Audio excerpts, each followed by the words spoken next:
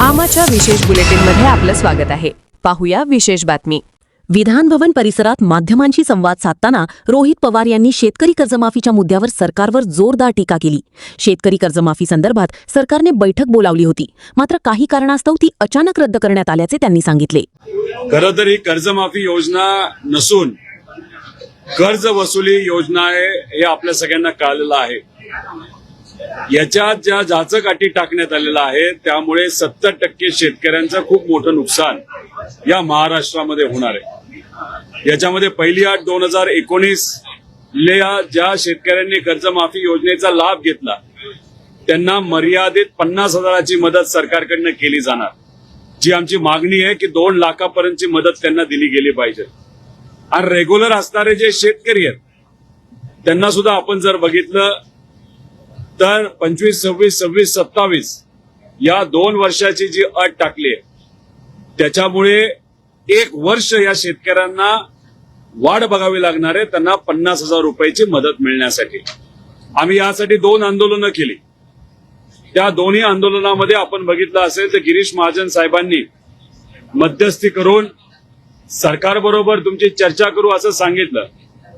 पहिलं आंदोलन झाल्यानंतर ते सुद्धा पंढरपूरच्या पवित्र भूमीमध्ये आमची थट्टा तिथं केली.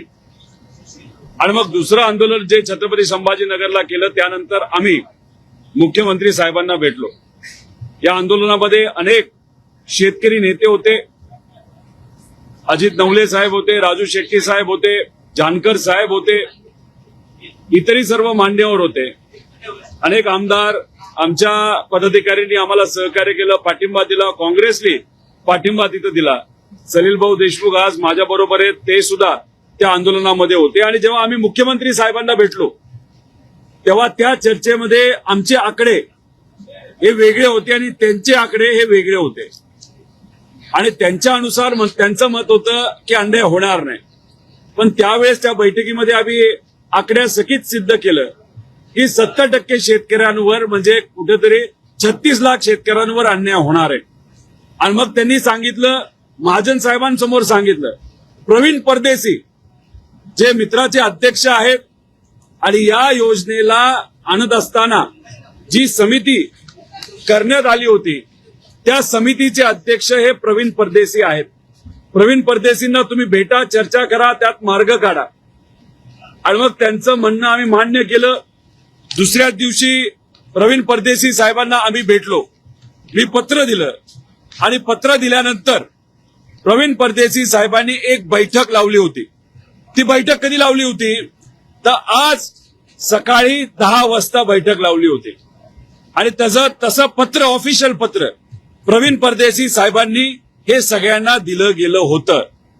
आजच्या बैठकीमध्ये आम्ही सकाळी 10 वाजता मी असेल, बंटी पाटील साहेब असतील, अजितजी नवले साहेब असतील शेतकरी नेते, जानकर साहेब जे सुद्धा शेतकरी नेते आहेत ते तिथे आले होते, संदीप भैया क्षीरसागर असतील, उगले भाऊ असतील, त्याच्याबरोबर खैरे भाऊ असतील, असे अनेक तिथे आमदार हे आले होते, पदाधिकारी आले होते.